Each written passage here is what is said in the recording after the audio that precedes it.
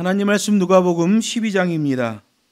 누가복음 12장 13절로 21절 말씀인데 오늘은 13절로 15절 말씀만 제가 봉독하겠습니다.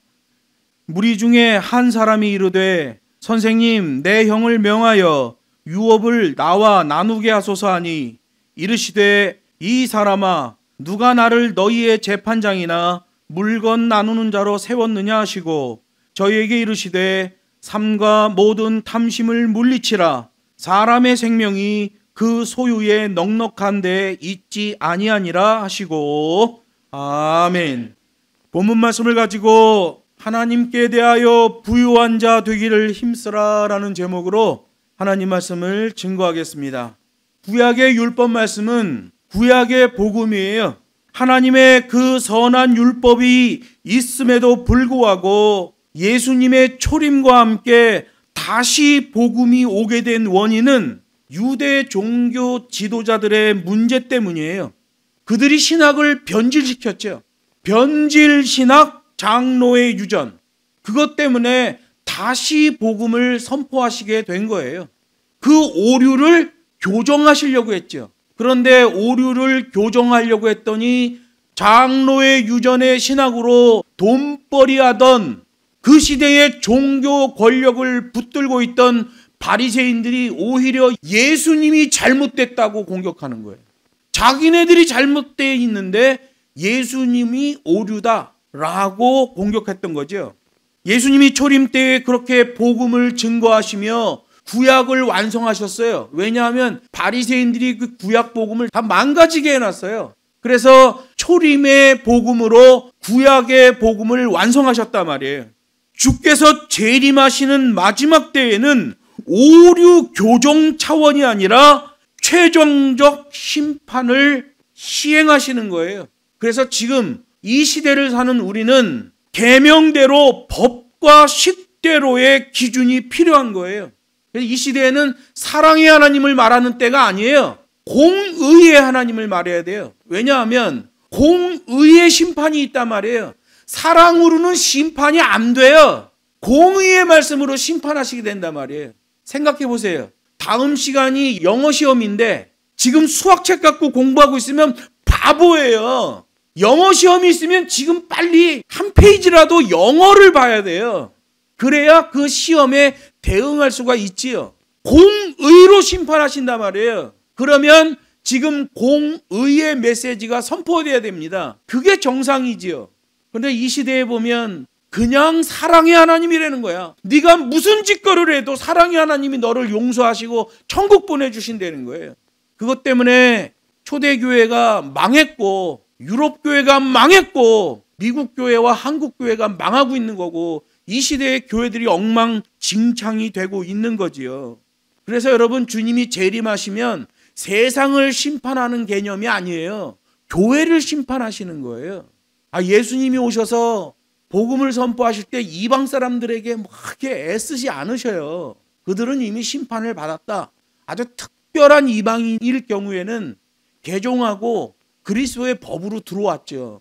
예수님이 복음을 전하실 그 당시에는 이방인들보다 오히려 유대인들에게 초점을 맞추는 걸 보게 돼요. 여러분 예수님이 재림하시면 교회를 심판하시는 거예요. 그래서 요한계시록을 보면 요한계시록 1장에서 왜 요한계시록을 쓸 수밖에 없었는지에 대한 당위성을 설명한 다음에 2장, 3장에서 바로 교회 심판으로 들어가는 거예요. 교회를 평가하신단 말이에요. 여러분 이 시대에 하나님은 사랑이시라 가지고 복음을 전해버리면 심판당합니다. 주님의 심판은 공의의 심판이에요. 지금은 공의의 하나님, 그 공의 안에 기록된 법과 식의 말씀, 그 계명을 가르쳐야 돼요. 그렇지 않으면 망하는 거예요. 이 시대에 왜 이렇게 기독교에 어마어마한 이단들이 판을 칩니까? 가짜 복음, 사랑, 그것 때문에 그래요.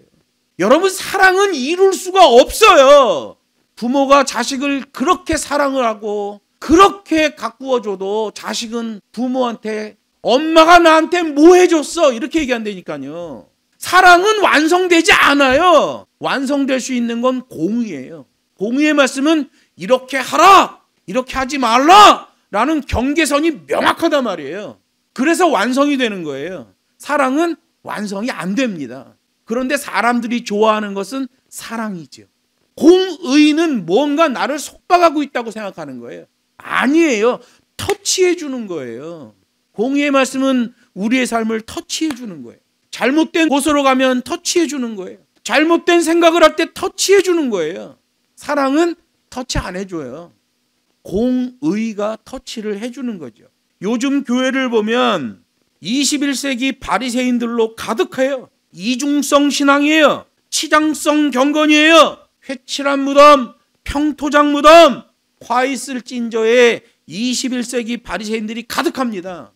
요즘 교회를 보면 1세기의 바리새인들처럼 사망법에 함몰되어 있는 걸 보게 돼요. 자신들의 죄를 은폐합니다. 고의적으로 감춥니다. 거짓과 조작질에 교회가 동조하고 있어요. 아산에 있는 모 종교단체, 기독교 극우예요. 그 사람들과 신천지가 손을 잡고 야당 총수의 목에 칼을 집어넣잖아요. 이게 웬일이에요? 여러분, 그냥 복음을 알고 있는 것과 복음 적용 매뉴얼을 아는 것은 그 결과값이 많이 다르게 나타나는 거예요. 예수 믿는 사람이 넘쳐난다고 해도 공의의 말씀, 복음을 어떻게 적용하느냐, 이걸 모르면 그냥 머릿속으로 알고 있는 복음으로 끝나버리는 거예요. 다 지옥에 떨어지는 거죠. 오늘 여기 13절 말씀 보면 과도한 물질욕에 사로잡힌 자를 보여줍니다. 여기 무리 중에 한 사람이 이르되 이렇게 되어 있는데요. 이 무리 중에 한 사람은 누가복음 12장 1절에 나오는 무리 수만 명이 모여 서로 밟힐 만큼 되었다 할 때에 그 많은 사람들 중에 그 현장에 있던 어느 한 사람이 예수님에게 말을 걸어왔다는 거예요. 지금 제자들에게 사명적 변별 메시지를 주고 있는 현장인데 그 와중에 군중 가운데 어느 한 사람이 불쑥 등장하고 있는 거예요. 예수님이 12제자를 가르칠 때 그들에게 아주 핵심적인 사명 메시지를 줄 때 이런 불순물이 포함되면 안 돼요. 그런데 불쑥 어느 한 사람이 그 교훈의 현장, 그 시간에 뛰어들어온 거예요. 그렇다고 해서 예수님의 초점이 군중에게로 넘어가는 게 아니라 말이에요. 방금 제자들에게 하셨던 교훈의 말씀을 더욱 강화하려고 어느 한 사람이 제시한 내용을 마치 교보제처럼 사용하시는 예수님이 오늘 본문에 보여집니다. 등장인물이 첫째, 큰 소리로 외치고 계시는 예수님.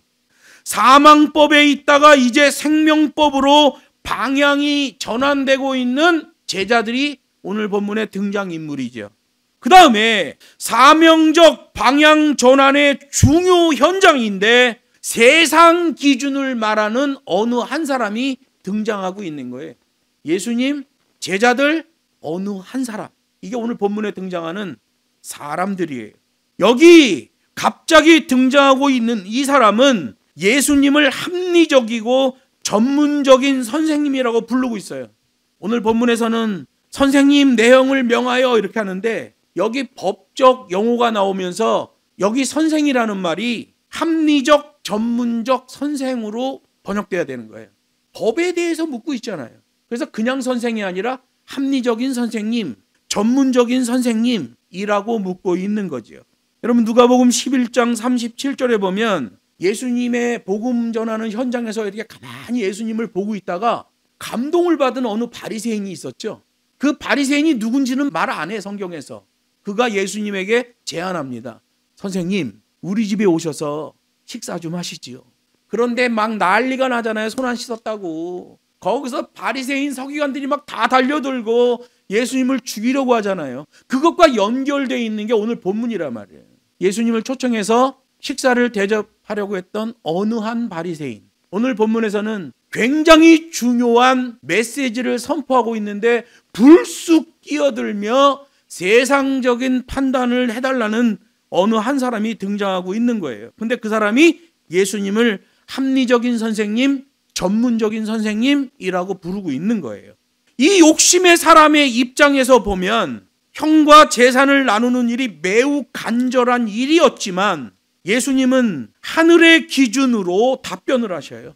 여러분, 자기 생각과 뭔가 다른 기준이 제시될 때 그 자세에 대한 교훈이에요. 나는 이렇게 생각하고 있었어요. 근데 선생님이 조금 다르게 얘기하는 거야. 자기가 기대하고 자기가 생각하던 것과 다른 교훈이 나올 때 어떤 자세를 잡아야 되는가라는 교훈으로 이 상황을 예수님이 교보제로 쓰는 거예요. 지금 어떤 상황이에요? 바리새인들의 흐름을 따라서 헛발질하고 쌈질하고 이상한 말하고 이상한 짓 하던 제자들을 방향을 전환시키는 포인트란 말이에요. 이전의 제자들의 자세와 이후의 자세를 비교 중첩하는 효과가 있는 거예요. 제자들이 이 사명 메시지를 듣지 않는 가운데에 이 어느 한 사람이 재산을 나눠달라는 말을 들으면 그 사람 말에 동조하고 세상적 기준으로 판단하고 바리새인들처럼 판단하는 거예요. 그런데 변별 메시지를 줬단 말이에요. 변별 메시지를 받은 제자들은 그렇게 재산을 분할해달라는 어느 한 사람의 청원에 대하여 판단이 이전의 생각과는 다르게 나와지는 거죠. 지금 그걸 가르치는 거예요. 내가 생각하고 있는 내 생각과 비교해서 다른 기준이 제시될 때 어떤 자세를 가져야 되는가? 본문에 나오는 사람은 예수님을 합리적이고 전문적인 선생으로 불렀지만 자기 생각과 다르게 말씀하실 때에 이 사람이 어떻게 반응하냐 이거예요. 여러분, 잘못된 장로의 유전, 그것을 오류 교정하려고 접근했더니 바리새인들이 예수님을 죽일 놈이라고 합니다. 오늘 본문에 예수님이 제자들에게 변별 메시지를 주고 있는 현장에서 세상적인 기준을 들이대는 사람이 나왔습니다. 그런데 예수님이 제시하는 기준이 세상 기준이 아니에요. 하늘 기준이에요. 그럴 때 어떻게 받아들일 것인가? 내가 생각하고 있던 것과 선생의 가르침이 달라. 그럴 때 어떻게 받아들일 것인가? 이거에 대한 교훈의 말씀이 되는 거예요. 그런데 요즘 기독교인들 보면 자기가 기대하고 있는 것, 자기의 생각과 다르면 나와는 관계없는 남이라고 치부하는 경우가 많습니다. 같은 교인인데도 나와 생각이 다르면 남이라고 생각해요. 심지어 나를 구원하신 예수님, 근데 예수님의 말씀이 내가 생각하는 것과 다르거나 내가 원하는 만큼 충족되지 않으면 예수님도 남이라고 생각하는 게 요즘 기독교인들이에요. 그래서 21세기 바리새인들이 되는 거예요. 이중성 신앙, 치장성 경건이 되는 거예요. 기독교인인데 평토장 무덤이 되어 세상에 나가면 오히려 다른 사람들을 죄에 빠지게 하고 죄를 짓게 하는 일을 하는 게 이 시대의 많은 기독교인들이에요. 이 대한민국의 극우 교회들을 보세요. 이 대한민국의 분열상을 취재하러 온 독일 기자들이 이 한반도에 삐뚤어진 종교 사상을 전부 취재하고 이걸 함축적으로 3가지로 정리했어요. 첫째, 무당굿. 한국에 무당이 600만 명이 있어요. 무당들이 푸닥거리하는 거, 샤머니즘. 이걸 대대적으로 보도했어요. 그리고 한국 교회에서 하고 있는 부흥회, 랄랄라거리고 막 뒤로 넘어지고 이러는 것들, 샤머니즘입니다. 그거 대대적으로 보도했어요. 한국 교회가 이렇기 때문에 이 시대의 정치에 대하여 경계선을 못 정하고 있다. 미친 짓을 하면서 그것이 맞다고 생각하고 있다. 한국 교회 하나 나갔고요. 그 다음에 하나가 북한 김일성 우상화가 나갔습니다. 그 종교거든요. 여자들이 꽃 들고 막 울면서 흔들어대는 그거 한민족의 잘못된 종교 현상이다. 그래서 3개가 대표적으로 나갔는데 하나가 무당굿 푸닥거리하는 거, 샤머니즘이다. 한국 교회에 미친 것 같은 부흥회, 샤머니즘이다. 북한 땅에 있는 김일성 우상화에 미친 사람들, 샤머니즘이다. 그리고 갑자기 우리나라에 파묘라는 영화가 나왔습니다. 일본 샤머니즘이 한국에 들어온 그것에 대한 이야기거든요. 사면이 바다로 둘러싸인 섬나라, 우리 반도는 3면이 바다로 둘러싸인 지형, 2 나라가 다 자연재해에 대한 샤머니즘으로 완전히 오염되어 있어서, 여러분 우리나라 불교가 불교인 줄 아세요? 저는 대표적인 불교 5곳을 다 뒤져봤습니다. 우리나라 불교 가짜입니다. 종교 철학이에요. 종교 아닙니다. 우리나라 기독교 10중 8구는 전부 샤머니즘에 오염되어 있습니다. 진짜 복음 아니에요. 너무 답답한 거예요. 사람들이 파묘라는 영화에 다 미치는 거예요. 샤머니즘입니다. 여러분, 이 시대 기독교 안에서 샤머니즘 걷어내지 않으면 큰일 나는 거예요. 목사가 신과 사람의 중간에 있는 영매로 받아들여지고 있어요. 무당하고 똑같아요. 이게 우리 한국교회의 큰 문제예요. 보통 큰 문제가 아닙니다. 10개의 교회 중에 8개, 9개가 다 그렇게 돼 있어요. 이 진짜 복음을 알면 지금 한국교회에서 일어나고 있는 종교 현상을 큰 한숨으로 바라볼 수밖에 없는 거예요. 합리적이고 전문적인 선생이라고 예수를 부른 이 사람, 자기 생각과 다른 말을 하는 예수님을 나무로 치부해버리는 걸 보게 되는 거예요. 욕심의 불만족이죠. 자기가 원하는 만큼 얻지를 못하는 거예요. 예수님을 자신의 구주라고 고백하는 사람들 중에도 이런 류들이 너무나 많아요. 어떻게 할 수 있나요? 자세를 보면 알 수 있습니다. 믿는다고 100번을 얘기해도 소용없어요. 그 사람의 자세가 어떻게 나오고 있느냐, 그걸 보면 그 사람의 믿음을 알 수 있어요. 왜? 복음을 아는 것과 복음을 적용하는 매뉴얼을 알고 있는 건 다른 거기 때문에. 이 시대에 신학교에 공부하고 있는 많은 신학생들, 또 졸업하고 나온 사역자들, 복음을 아는 것까지는 돼 있는 사람들이 많습니다. 그런데 적용 단계에서는 꽝이죠. 선교지에서 보면 알 수 있어요. 선교지에 나와 있는 목사들을 보면 적용 단계에서는 거의 98%가 다 엉터리입니다. 왜? 복음만 알고 있는 거예요. 가르쳐 지키게 하라 해야 되는데 복음하니까 가르치는 건 돼. 근데 자기가 지켜보질 못했어. 지키게 하는 것을 못해요. 그럼 꽝인 거예요. 복음을 아는 것과 복음 적용 매뉴얼을 아는 것은 완전히 다른 겁니다. 상속 관련된 규례는 구약복음 하나님의 율법에 명확하게 명시되어 있어요. 대표적으로 민수기 27장, 어느 가문 내에서의 분배에 대해서 아주 정확하게 기록하고 있어요. 신명기 21장에는 장자를 지명하는 것과 장자에게 2분깃을 주는 것에 대한 규정이 딱 정해져 있어요. 근데 첫째 마누라에서 난 아들이라고 해서 장자가 꼭 되는 건 아니에요. 2번째, 3번째 마누라에서 나온 남자애인데 아주 애가 명석하다, 반듯하다. 그러면 첫 번째 부인에서 나온 아들이 장자가 있을지라도 2번째, 3번째 부인에게서 난 아이에게 장자권을 줄 수 있어요. 그럴지라도 2분깃을 주게 돼 있어요. 이런 상속에 관련된 아주 다양한 법이 존재하고 있어요. 율법에 기록된 대로의 정당한 분배가 이루어지지 않았을 경우에 소송을 걸 수 있어요. 누구한테 소송 걸어요? 바리새인한테 소송 걸어요. 왜냐하면 유대인들의 생활,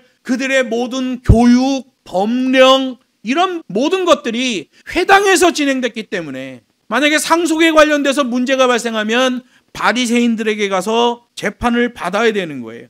그런데 이 사람이 억울하게 예수님에게 와서 오 현명한 선생님이요, 오 전문적인 선생님이요, 오 합리적인 선생님이요 라고 말하는 걸 보니까 이미 바리새인들에게 가서 재판을 한번 받은 것 같아요. 그러나 자기가 원하는 만족할 결과가 나오지 않았어요. 그래서 자신이 억울하다는 생각을 하는 거예요. 그래서 그 판결을 좀 뒤집어 주십시오. 군중들 사이에서 내가 당신을 보니 바리새인들보다는 훨씬 더 합리적이고 훌륭한 선생님 같습니다. 이걸 좀 판단해 주십시오. 이 사람이 왜 정당한 자기 몫의 유산을 받지 못했는지 그 이유는 성경에 밝혀져 있지는 않아요. 분명한 사실은 그가 예수님을 현명한 선생님으로, 반듯한 선생님으로, 전문적인 선생님으로 인정하고 있기 때문에 회칠한 무덤과 같은 바리새인들처럼 억울하게 재판하지는 않을 것이다 라고 생각을 했던 거죠. 지금 이게 무슨 현장이에요? 헛발질하던 12 제자들을 그 바리새인들의 악한 흐름으로부터 떼어내어 사망법에서 생명법으로 방향을 전환시키고 있는 현장이잖아요. 그 직전에 제자들이 누가 크냐 가지고 서로 쌈박질을 해댔잖아요. 오늘 본문에서 형하고 싸우고 온 사람하고 똑같잖아요. 복음 매뉴얼은 뭉뚱거리는 매뉴얼이 아니라 가르쳐 지키게 하는 자세한 매뉴얼이에요. 여러분, 거짓말의 특징이 뭡니까? 뭉뚱거리는 거죠. 거짓말의 특징이 뭡니까? 모호함이죠. 이제 한 달 좀 넘게 남은 총선을 앞두고 얼마나 많은 사람들이 나와서 뭉뚱거리고 모호한 말을 많이 합니까? 여러분, 이 거짓말은요, 뭉뚱거리고 모호하게 말하는 특징이 있는 거예요. 조심해야 됩니다. 거짓과 조작질은 자의적 해석을 하는 거예요. 요즘 우리나라 법을 보면 그냥 고무줄 같죠? 여러분, 법을 고무줄처럼 적용하면 그렇게 적용한 사람은 반드시 자기 뒤통수 맞는 부메랑 효과를 경험할 수밖에 없습니다. 법은 법대로 식대로 해야 돼요. 무조건. 그래야 부메랑이 안 돼요. 그런데 모호하게 말하고 거짓과 조작질을 하고 뒤집어 씌우고 이래버리면 시간이 가면 갈수록 그게 자기를 옥죄는 말이 되는 거죠. 본문에 나오는 바리새인들 보세요. 하나님 말씀 변질하고 거짓과 조작질을 하잖아요. 하나님이신 예수님이 오셨습니다. 그들이 했던 모든 것들이 그들에게 부메랑으로 날아가잖아요. 그동안 백성들을 모호한 말로 뭉뚱거리는 말로 속여왔습니다. 가짜 신학으로 속여왔어요. 그런데 진짜 신학이 와버리니까 모두 헛발질렸다는 사실을 알게 되는 거예요. 여기 14절 말씀 보면 영혼 구원의 메시아 사역을 하시는 예수님을 보여줍니다. 여러분, 14절은 오해의 소지가 있어요. 14절을 읽고 나면 이렇게 생각할 수 있어요. 예수님께서는 윤리도덕적 문제를 무시하는 분인가? 억울한 사회적 이슈에도 관심이 없으신 분인가? 라는 오해를 할 수도 있어요. 예수님이 상속과 관련된 구약 성경의 몇 구절을 예로 들며 본문 질문자의 요구에 답변을 해 주실 수도 있지요. 또 지금은 경황이 없으니 나중에 너의 형님과 함께 오면 그때 상속 분할 문제를 해결해 주겠다라고 말하실 수도 있어요. 그러나 예수님은 그 합리적 재산 분할에 대하여 거부 의사를 밝히십니다. 제자들에게 매우 중요한 분기점이 되는 시점이기 때문에 그래요. 만약에 세상 기준이 훅 들어와 버리면 사역적 초점이 흐트러지기 때문에 그렇습니다. 제자들에게 주신 사명적 변별 메시지의 순도를 유지하려는 예수님의 목적이 있었고요. 두 번째는 그 일은 이미 바리새인들에 의해 어느 정도 판결이 진행된 문제예요. 그런데 예수님이 이 문제를 갑자기 건드려 버리면 가뜩이나 바리새인들과 지금 치열한 대립 관계에 있는데 확전 가능성이 있습니다. 여러분, 전쟁학의 제1호는 전선을 확대하지 말라예요. 전쟁학에서 보면 불필요하게 전선을 확대하면 무조건 패하게 돼 있습니다. 예수님이 오늘 본문에서 세상적인 기준을 갖다 들이대는 이 사람의 요구에 대하여 바리새인들과의 확전을 우려하시고 그것에 대한 대답 거부를 하시는 거예요. 또 예수의 가르침 자체가 소유물에 초점이 맞추어지기보다는 소유에 대한 자세를 더 강조하기 때문에 세상적인 기준을 들이대는 그 사람의 대답을 거부하시는 거예요. 여러분, 꼭 명심하세요. 사단이 개입되면 소유물에 초점을 맞추게 됩니다. 복음의 인도함을 받게 되면 소유에 대한 자세에 초점을 맞추게 돼요. 달라요. 그냥 복음을 아는 것과 복음 적용 매뉴얼을 아는 것은 완전히 다른 거예요. 예수 믿으며 소유물에 초점을 맞추는 사람은 사단에 경도된 겁니다. 예수를 믿는 자는 소유에 대한 자세에 초점을 맞춰야 됩니다. 물질에 대한 판단력 그 자체가 믿음이에요. 마태복음 6장에서 말합니다. 네 보물이 있는 그곳에는 내 마음도 있느니라. 또 말합니다. 한 사람이 두 주인을 섬기지 못할 것이니 혹 이를 미워하며 저를 사랑하거나 혹 이를 중히 여기며 저를 경히 여김이라. 너희가 하나님과 재물을 겸하여 섬기지 못하느니라. 소유물에 초점이 맞춰져 버리면 그게 믿음이 돼버리고 물질과 하나님을 견주는 일까지 나오는 거예요. 창조주 하나님을 물질과 대등하게 놓고 본다. 예수님은 속죄의 구원자 사명으로 이 땅에 초림으로 오신 분이에요. 핵심 사역이 영혼 구원에 맞추어져 있어요. 영혼을 구원하기 위해서는 생명법의 복음 매뉴얼이 필요했어요. 생명법의 복음 매뉴얼로 움직이게 하려면 어떤 것이 사망법인지를 알려줘야 돼요. 생명법과 사망법의 경계선을 말해줘야 돼요. 경계선이 명확해야 뭉뚱거리는 거짓말, 모호하게 하는 거짓과 조작질을 분별해낼 수 있단 말이에요.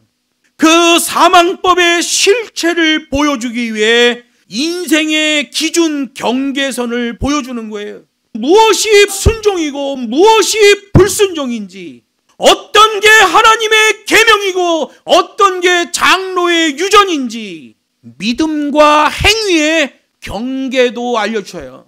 그런데 당시에도 대부분의 사람들은 물질 만능주의에 오염이 돼 있었고, 심지어 물질과 하나님을 동일 반열에 놓고 견주었단 말이에요. 그래서 예수님이 이런 말씀 하시는 거예요. 물질과 하나님을 겸하여 섬길 수 없다.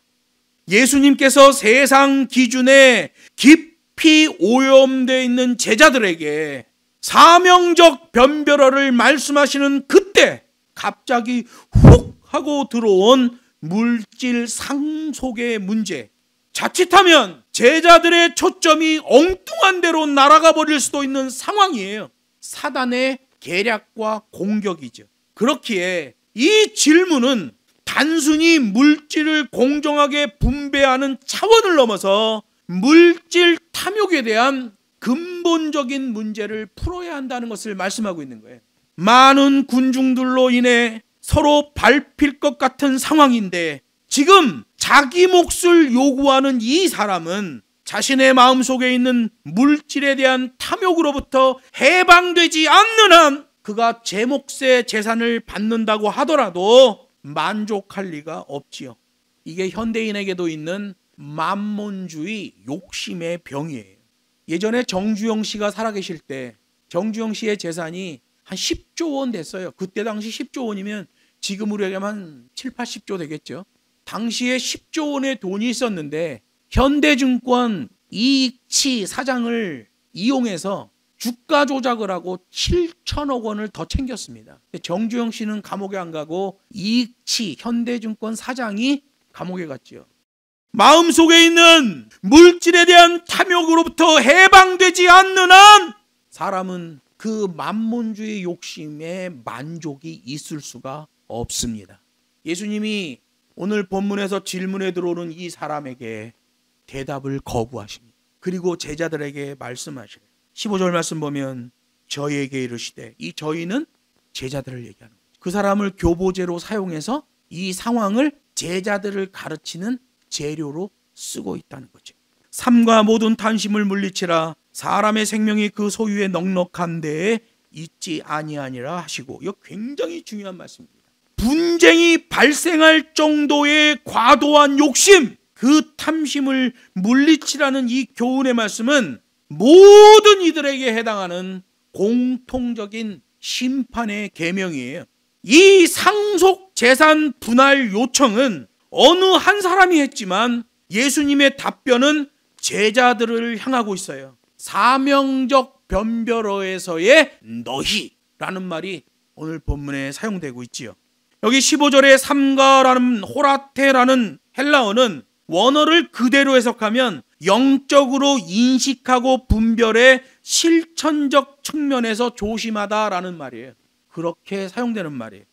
한 걸음 더 깊이 들어가면 그 의미는 확실하게 목격하고 지각하고 행동하다라는 거예요.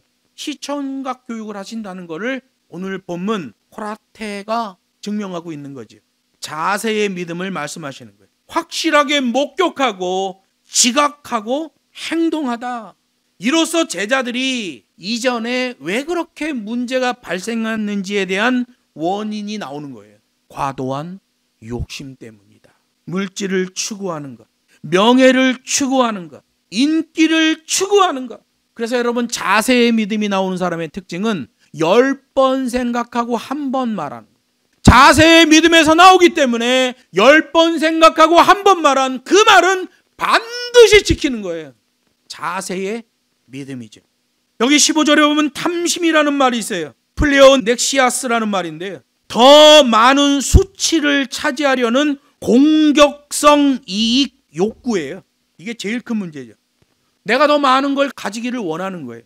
더 많은 수치를 차지하려고 공격성 이익을 추구하는 욕구라는 거예요. 이거는 헬라어 종교 언어입니다. 헬라 종교적 측면에서 사용하는 단어인데요. 헬라어는 이렇게 돼 있어요. 신이 결정하는 것을 넘어서는 욕망, 이렇게 돼 있어요. 플레오 넥시아스. 신이 결정하는 것을 넘어서는 욕망이라는 거예요. 신이 이렇게 결정했는데 사람이 그보다 더 많은 걸 원하는 것. 이거를 탐심이라고 말해요. 그런데 헬라어에서 말하는 이 플레오 넥시아스라는 말은요, 시간적으로 더 오래 살려는 것에 더 중점이 있습니다. 예를 들어서 어느 노인이 있는데 돌아가실 때가 됐어. 근데 안 죽으려고 막 봐라 그래. 노인이 막 인삼 사 먹고 온 몸에 좋은 거 다 먹어. 그래서 신이 요구하는 수명이 딱 정해져 있는데 너무나 많은 걸 먹어놔서 숨이 안 끊어져. 생명은 다 됐는데 몸이 온갖 보약으로 보충이 돼 있어가지고 숨이 안 끊어서 이러는 거야. 그걸 말할 때 플레오 넥시아스라고 하는 거예요. 신이 결정한 것, 그것을 넘어서는 욕망. 이러한 탐심은 만족을 몰라요. 중독돼 있기 때문에 그래요. 다른 판단을 하는 거예요. 물질에 중독되면 만족이 없어요. 정주영 씨처럼. 판단이 다른 거예요. 마약을 먹으면 죽어요. 그런데 마약 중독자는 안 먹으면 죽을 것 같아. 반대로 생각한다니까. 물질에 중독되면 반대로 생각해. 바로 이 물질을 더 차지하려는 탐심, 이것이 영적인 쓴뿌리가 되고 거기서 온갖 욕심의 독버섯이 올라오는 거예요. 쓴뿌리에 휘둘리고 독버섯에 취한 인간은 판단력이 마비되어 타락을 거듭하고 방향을 잃어버리는 거예요. 그래서 욕심으로 인해 죄가 나와버리는 거죠. 끝이 없어요. 유대 종교 지도자들, 그들에게 교육을 받은 유대 백성들, 그 문화권에서 살았던 예수님의 12 제자들, 다 그 흐름인 거죠. 이 시대의 교회들의 10중 8구가 복음과 관계없이 믿음 생활하는 것처럼 당시의 유대 백성들도 대부분이다. 잘못된 신학, 잘못된 종교적 가르침을 따라 가버린 거예요. 예수님이 12 제자들에게 변별 메시지를 주시고 방향 전환을 시도하고 계시죠. 왜? 그 제자들에 의해서 초대교회가 태동되어야 되기 때문에 그렇습니다. 예수님이 몸부림을 치고 계시는 게 오늘 본문에 나와지는 거예요. 고난의 복음, 고난의 신학 위에 세워진 기독교 안에서도 쓴뿌리와 독버섯이 가득해요. 이 시대의 번영신학을 말하는 교회들, 개발복음으로 사람들을 흥청망청하게 만드는 잘못된 복음들. 시편 39편에 이런 말씀이 있어요. 진실로 각 사람은 그림자같이 다니고 헛된 일에 분요하며 재산을 쌓으나 누가 취할는지는 알지 못한다. 미친 사람처럼 챙기고 자기의 것으로 삼으나 그 물질을 누가 챙길 줄은 알지 못하고 챙긴다. 하박국 2장 9절은 말해요. 재앙을 피하기 위하여 높은 데 깃들이려 하며 상석에 앉으려고 하는 거죠. 자기 집을 위하여 불의의 이익을 취하는 자에게 화 있을진저. 자기만 잘 살려고 하는 자.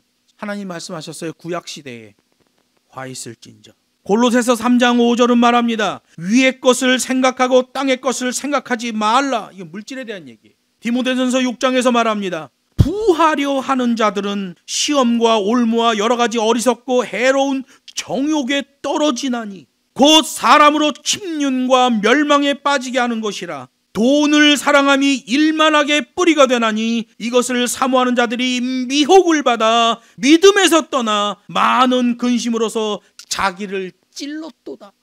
여러분, 물질에 대한 잘못된 욕심은 자해 행위랑 똑같습니다.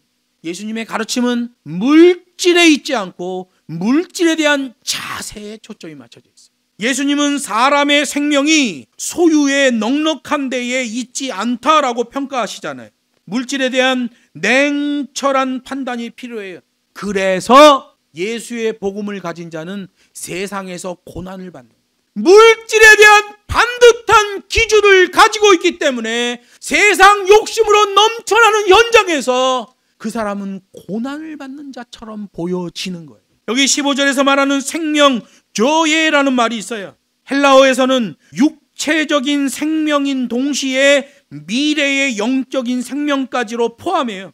그래서 성경을 보면 생명 그러면 지금의 생명보다도 나중에 미래의 생명에 더 초점이 맞춰졌다는 걸 알게 되는 거예요. 헬라 철학에서는 처음에는 이 조예라는 말을 이렇게 해석했어요. 본래 우주 전체에 걸쳐 파생된 모든 생명, 이렇게 지칭했어요.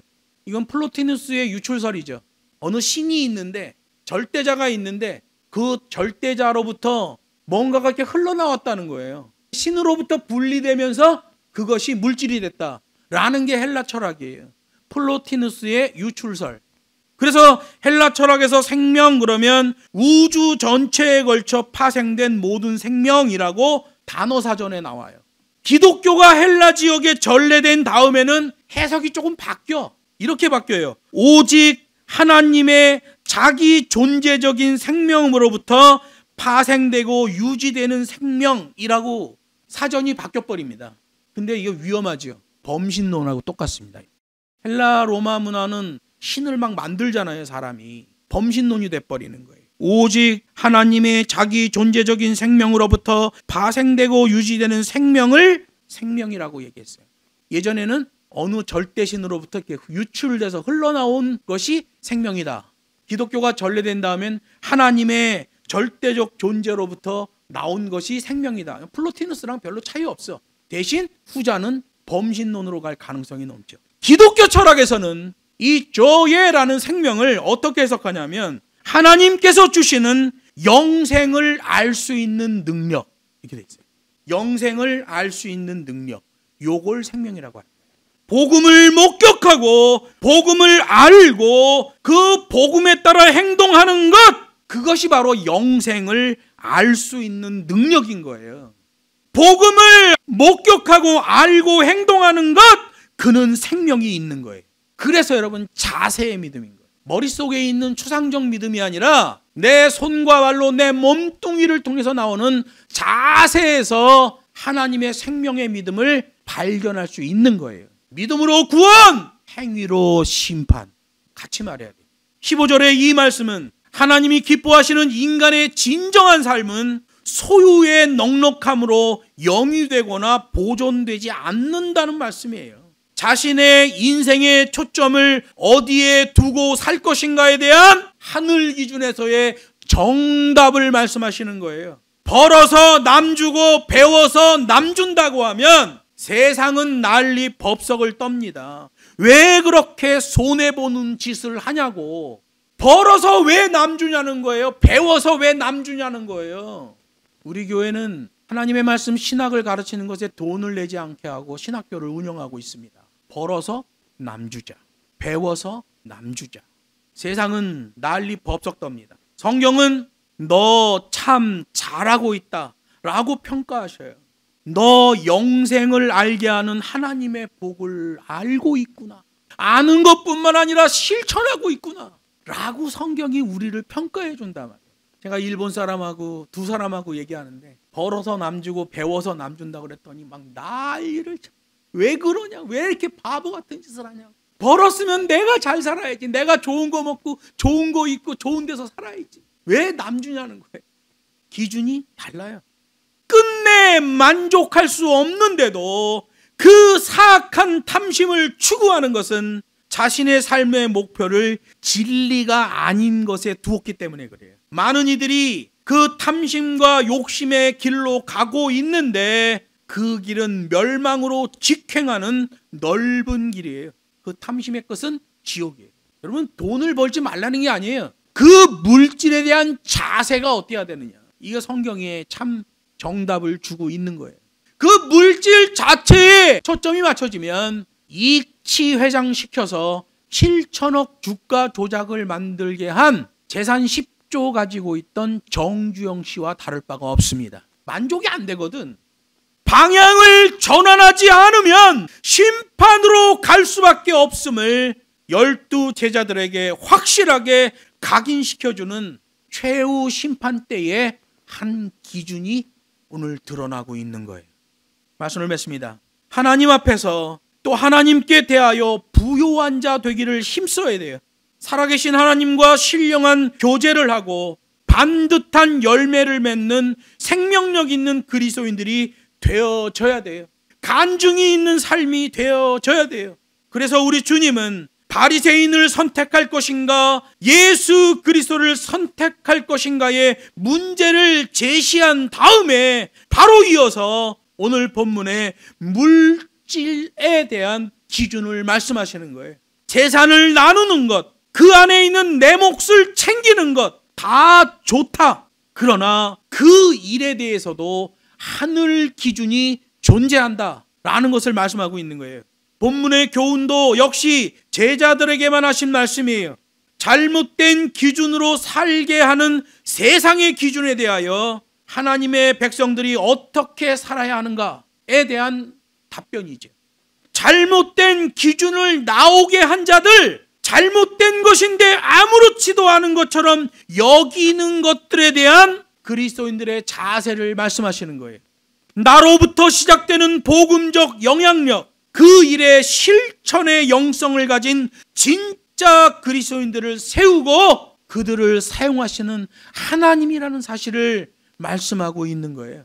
12 제자들의 사명적 결단을 요구하시고 방향 전환을 요구하시는 거예요.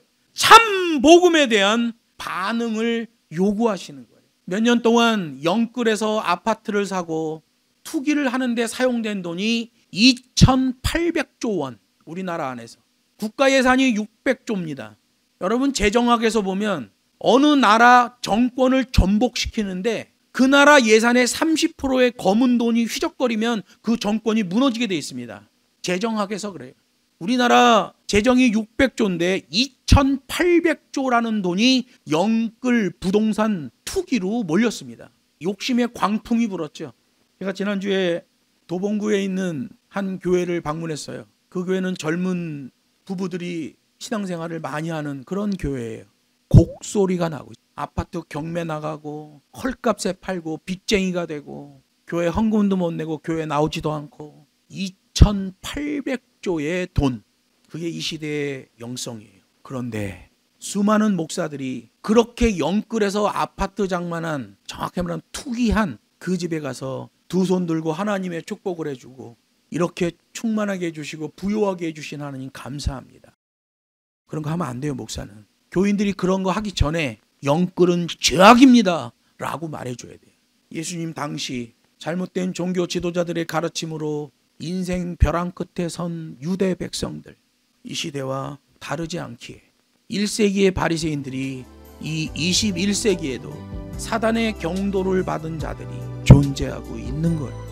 우리 모두가 살아계신 하나님과 신령한 교제를 하고 반듯한 열매를 맺는 그런 생명력 있는 그리스도인들이 되기를, 간증이 있는 삶이 되기를 주 예수의 이름으로 축복합니다.